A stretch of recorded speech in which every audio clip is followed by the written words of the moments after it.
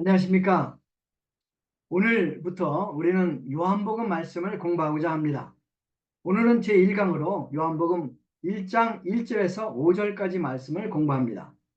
요절 말씀은 1장 1절입니다. 제가 읽겠습니다. 태초에 말씀이 계시니라. 이 말씀이 하나님과 함께 계셨으며 이 말씀은 곧 하나님이시니라. 요한복음 저자는 요한입니다. 세베대의 아들이었습니다. 그의 어머니의 이름은 살로메입니다. 예수님의 어머니 마리아와 살로메는 자매 사이였습니다.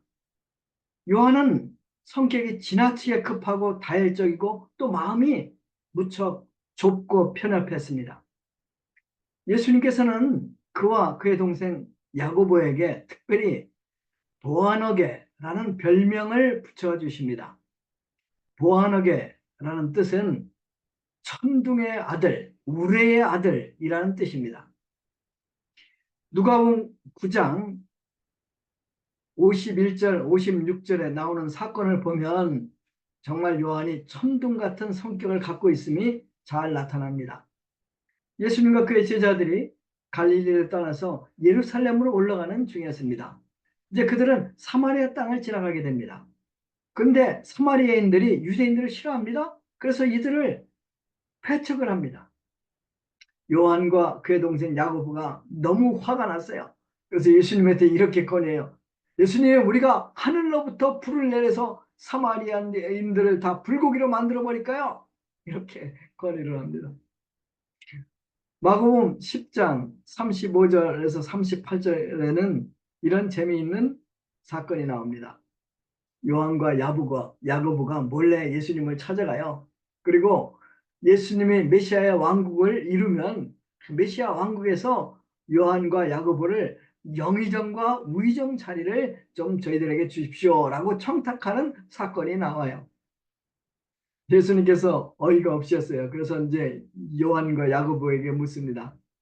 너희들 내가 마시는 잔을 너희가 마실 수 있냐? 그자 그들이 생각도 안 하고 그 잔이 무엇인지도 모르면서 Yes, of course. 당연합니다. 마실 수 있습니다. 하고 대답을 합니다.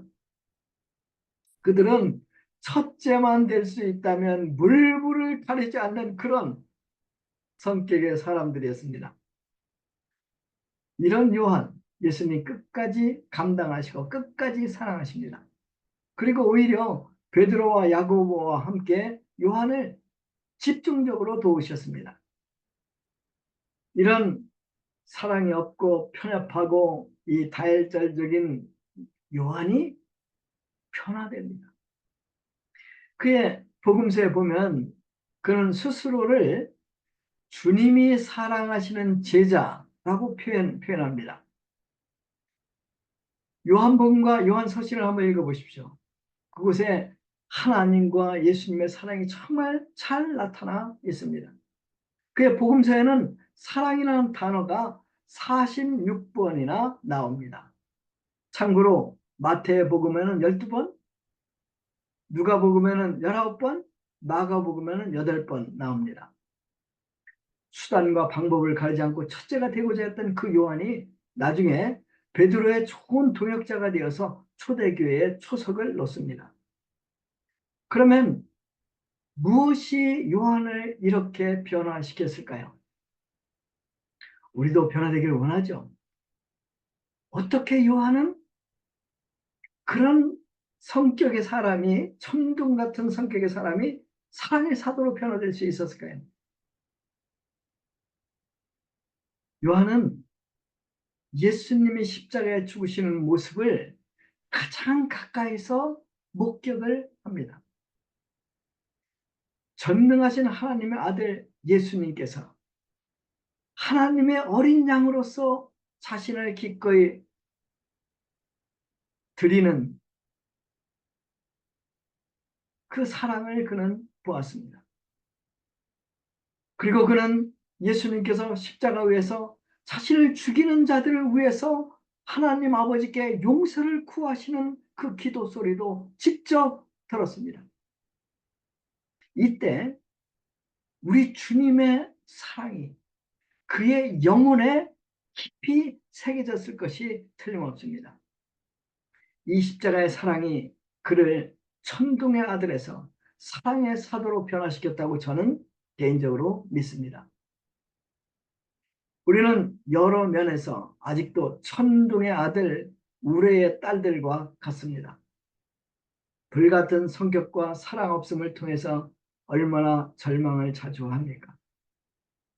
그러나 요한의 변화는 우리에게도 소망을 줍니다. 우리가 이 요한복음 말씀을 잘 공부하고 예수 그리스도 안에 있는 하나님의 사랑을 체험하고 그 사랑 안에 거하면 우리도 역시 요한처럼 사랑의 사도로 변화될 것이 틀림없습니다. 아멘.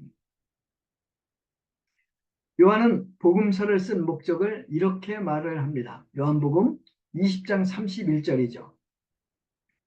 오직 이것을 기록함은 너희로 예수께서 하나님의 아들 그리스도임을 믿게 하려 하며 또 너희로 믿고 그 이름을 힘입어 생명을 얻게 하려 함이니라. 우리가 공부하는 요한복음 말씀을 통해서 많은 사람들이 하나님의 아들을 그리스도로 믿고 영생 얻기를 간절히 기도합니다. 요한복음 서론은 1장 1절에서 18절까지입니다.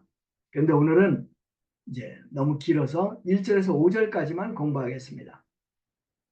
서론에서 사도 요한은 예수님이 누구인가를 선포합니다. 예수님이 누구입니까? 첫 번째로 예수님은 영원한 하나님의 말씀이십니다. 1절, 2절 제가 읽겠습니다. 태초에 말씀이 계시니라 이 말씀이 하나님과 함께 계셨으니 이 말씀은 곧 하나님이시니라. 그가 태초에 하나님과 함께 계셨고 요한복음 1장 1절 말씀은 창세기 1장 1절 태초에 하나님이 천지를 창조하시니라 라는 말씀을 생각나게 합니다. 그러나 두 태초는 말은 같은데 의미는 다릅니다. 창세기의 태초는 역사의 한 특정한 시작점을 의미하죠. 그러나 요한복음의 태초는 시작점도 없고 끝도 없는 영원한 하나님의 시간을 말합니다. 태초에 말씀이 계셨습니다. 14절을 보십시오. 14절을 보면 이 말씀은 곧 예수님을 가리킴을 알 수 있습니다. 그러므로 1절 말씀은 우리가 이렇게 다시 풀어 쓸 수 있습니다. 태초에 예수님이 계시니라. 이 예수님이 하나님과 함께 계셨으니 이 예수님은 곧 하나님이시니라. 요한복음 20장 31절을 보면 사도 요한은 그의 복음서를 20장으로 원래 끝을 맺고자 합니다. 그 맺는 마지막 말은 사도 도마의 신앙 고백 20장 28절 나의 주 나의 하나님입니다. 그렇습니다. 요한복음은 예수님을 하나님으로 선포함으로 시작되고 또 예수님을 나의 주 나의 하나님이라는 신앙 고백으로 맺습니다. 그런데 요한은 왜 예수님을 말씀이라고 표현했을까요? 이제 그리스 말은 호로고스예요. 이제 말씀이 로고스예요. 내가 정관사가 붙다가 호골로고스인데 로고스는 일반적으로 이렇게 우리가 하는 말, 이 말이에요. 그런데 로고스는 원래 이제 그 말이라는 뜻 외에 다른 여러 가지 의미도 갖고 있는 이 단어예요. 예를 들면 이성, 세상의 의미, 우주의 법칙, 진리, 지혜, 더 나아가 하나님과 세상 사이의 신성한 중재자 이런 뜻이 있어요. 그리스도인들은 우리가 아는 대로 철학적인 민족이에요. 그 사람들은 늘 진리를 탐구하고 우주 법칙을 연구하는 사람들이었습니다. 그들은 인생의 의미를 찾습니다. 신과 인간 사이의 중보자도 구합니다. 그들은 그들이 진리라고 찾는 이러한 것들을 로고스, 홀로고스라고 정의합니다. 예수님은 로고스라고 요한은 지금 요한복음을 시작하면서 말하고 있어요. 그러니까 요한은 이제 이 그리스 말로 성경을 썼잖아요. 그리고 그리스 세계에 지금 진리를 선포하고 있잖아요. 그러니까 이렇게 말하고 있는 거예요.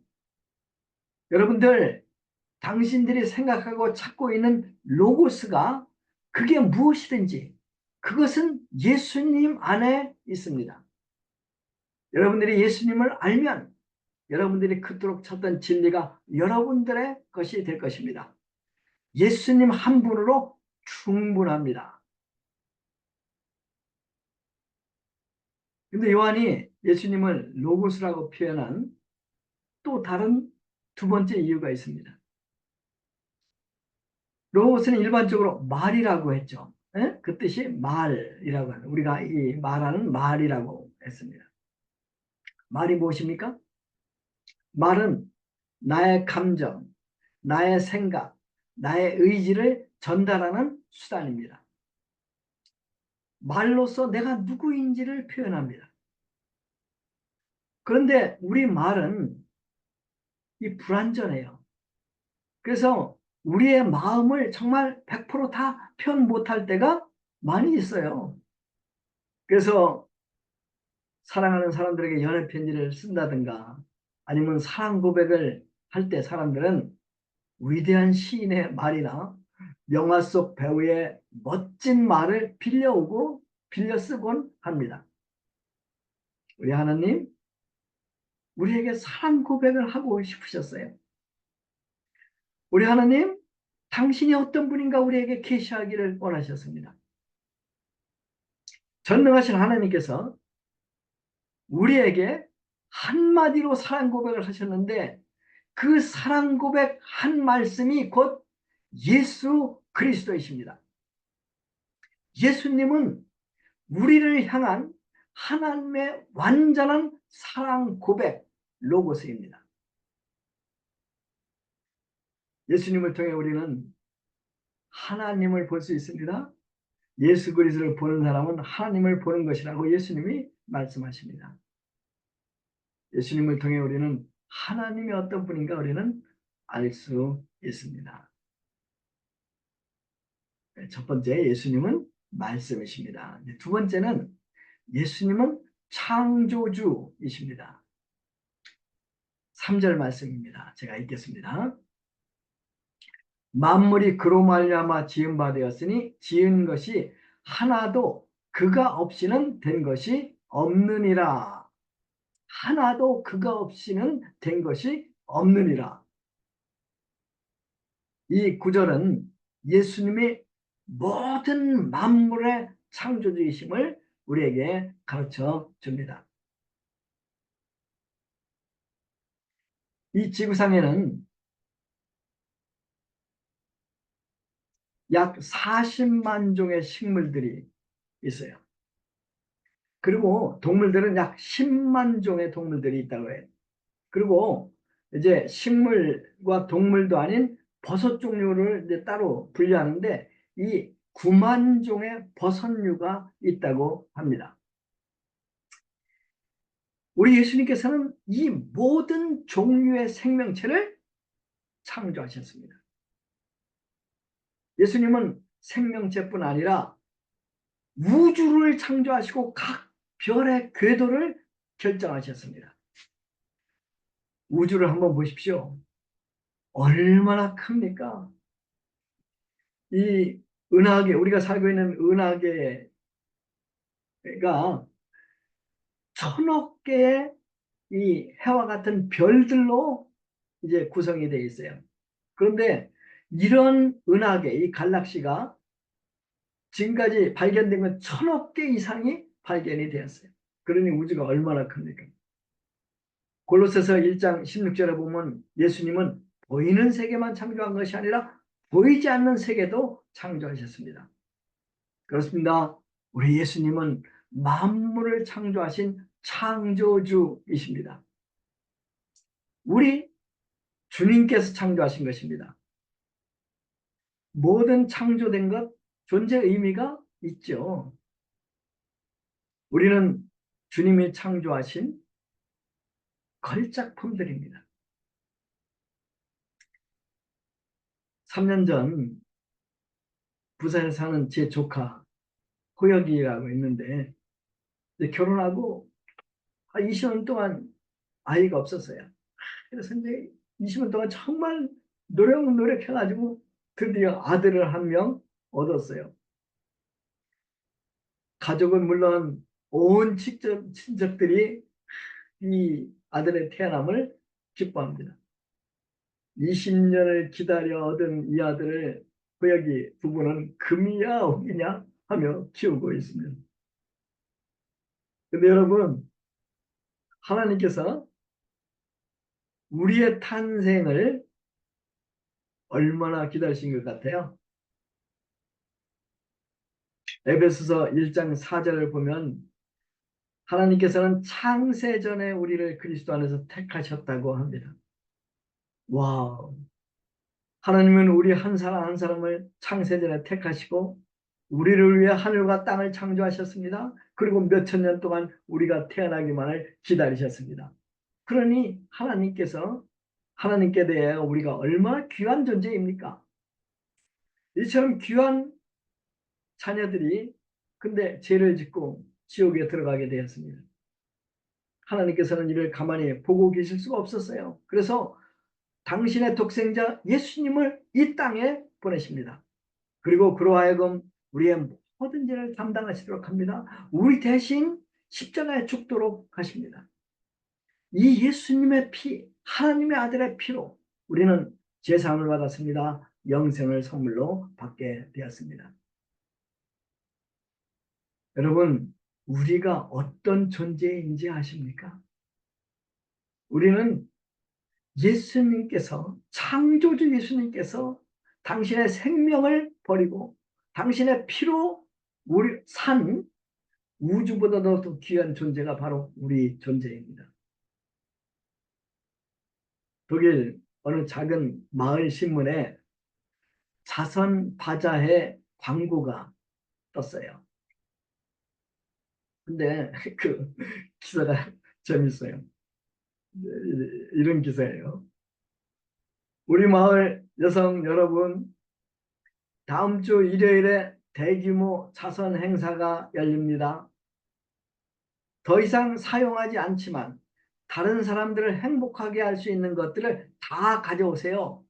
여러분들의 남편도 데려오세요.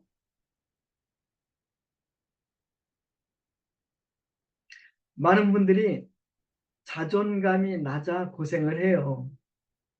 한 사람의 자존감은 그 사람의 말과 행동을 결정합니다. 결국 그 사람의 행복까지 좌우한다 할 수 있습니다. 여러분들께 묻겠습니다. 당신은 누구입니까? 답이 뭐예요? 이렇게 답하셔야 됩니다. 나는 창세전에 그리스도 안에서 하나님이 택한 존재입니다. 또 나는 예수 그리스도께서 창조하신 최고의 걸작품입니다. 또 이렇게 대답하셔야 돼요. 나는 예수님께서 당신의 생명으로 당신의 피로 죄와 죽음에서 구속한 귀한 존재입니다. 그렇습니다. 여러분들의 삶의 가치는 여러분들의 소유와 능력과 학력에 달려있지 않습니다. 여러분들이 존귀하고 가치 있기 때문에 주님이 당신을 사랑하신 것이 아닙니다.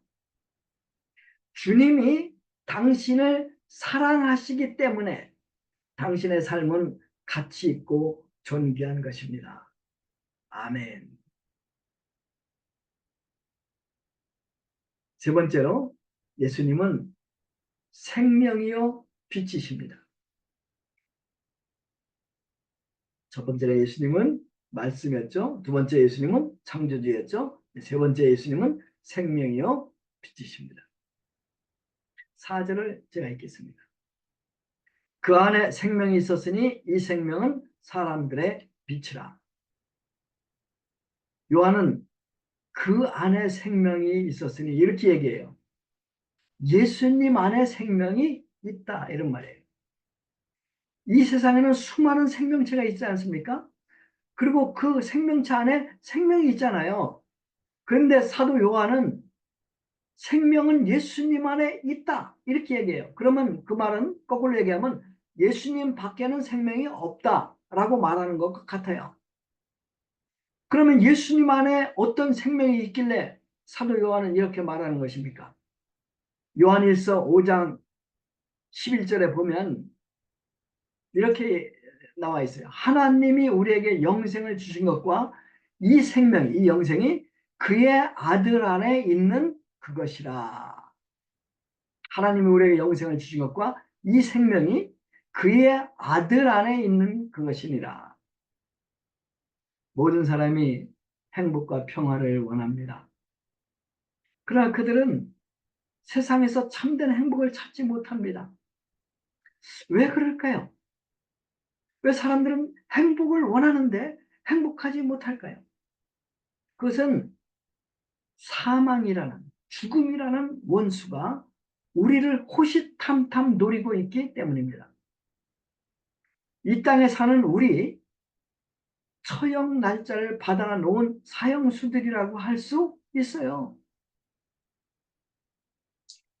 사형수들이 자기 죽는 날짜를 모르듯이 우리도 몰라요.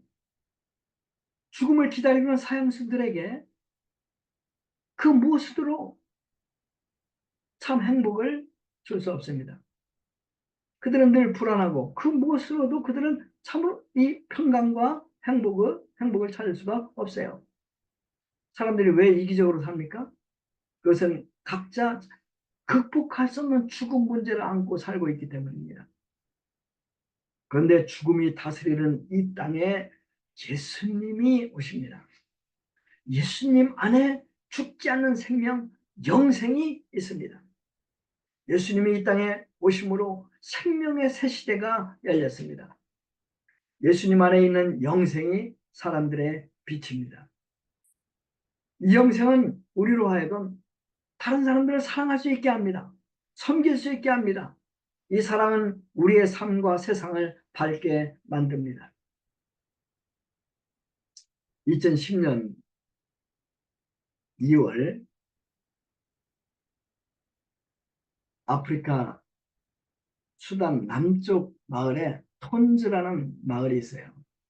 이 마을에 브라스 밴드가 마을을 행진하고 있어요.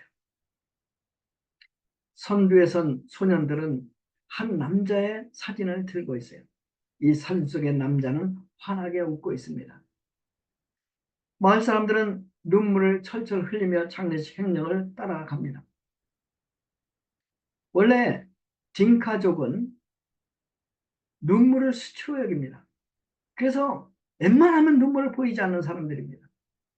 그러나 그들이 한없이 울며 장례 행렬을 따라가고 있습니다. 자신들에게 사랑을 베풀다 죽은 한 사람의 마지막 길 앞에서 그들은 오열하고 있습니다. 사람들의 눈물의 배움을 받은 이 사람, 그는 48살 나이로 생을 마감한 이태석 신부님입니다. 그는 톤즈의 아버지이자 의사였고 선생님이자 건축가였습니다. 자신의 모든 것을 바쳐 그들을 사랑했던 헌신적인 그분의 삶, 영화로 만들어집니다. 제목이 톤지야 울지마. 그런데 이 영화 감독이 불교 신자입니다. 이태석 신부님은 2001년 남수단 톤즈 마을로 들어갑니다. 그가 톤즈 마을의 유일한 의사였기 때문에 하루에 200명 내지 300명 환자들을 돌볼 수밖에 없었습니다. 특별히 이태석 신부님은 문둥병 환자들을 사랑으로 섬기고 마음을 다해 도와줍니다. 문둥병으로 발가락의 형태도 찾아보기 어려운 어린아이들을 위해서 직접 못 쓰는 타이어를 이용해서 신발을 만들어 주기도 합니다. 세상에 단 하나밖에 없는 신발을 신은 아이들은 육신은 오그라들어 있어도 마음은 행복하여 천사 같은 미소를 띠고 살고 있습니다. 교육에도 힘써 초등학교, 중학교, 고등학교 건물들을 보수합니다. 그리고 아이들에게 배울 수 있는 기회를 줍니다. 그는 신부로, 교육자로, 그리고 의사로서 가장 가난하고 보잘것없는 폰즈 마을의 사람들을 예수님을 섬기듯이 섬겼습니다. 그러다 대장암이 걸려버립니다. 2010년 1월 14일 결국 그는 주님의 품에 안기게 됩니다. 벌써 14년 전입니다. 그런데 올해 톤제 울지마 영화를 감독한 감독이 또 한 편의 영화를 만들어요.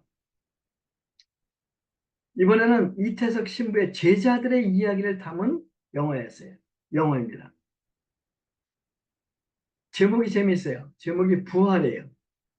그래서 왜 부활이라는 제목을 줬는가 봤더니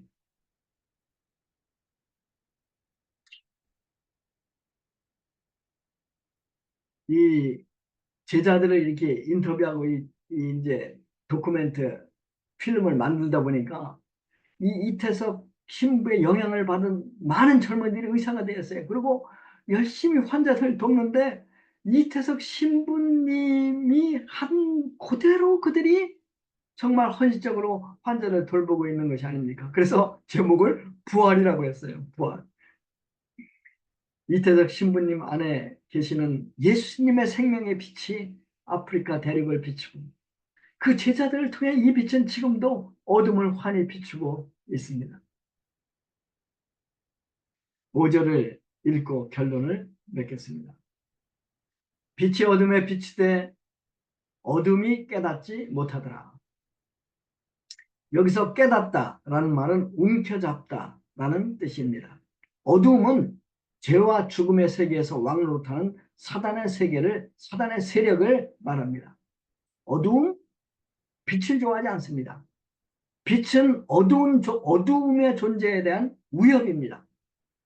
그렇기 때문에 사탄은 수단과 방법을 가리지 않고 생명의 빛을 대적하고 이 빛을 꺼버리려고 합니다. 그러나 어두움은 빛을 결코 이길 수 없습니다. 우리가 마귀 권세 아래 있었지만 예수님의 빛이 우리를 해방시켜 주셨습니다. 어둠의 세력이 큰 것은 사실입니다. 그러나 예수님의 빛의 세력이 훨씬 더 큽니다.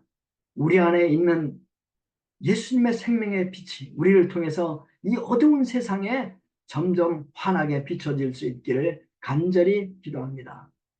기도하겠습니다. 하나님 아버지 감사합니다.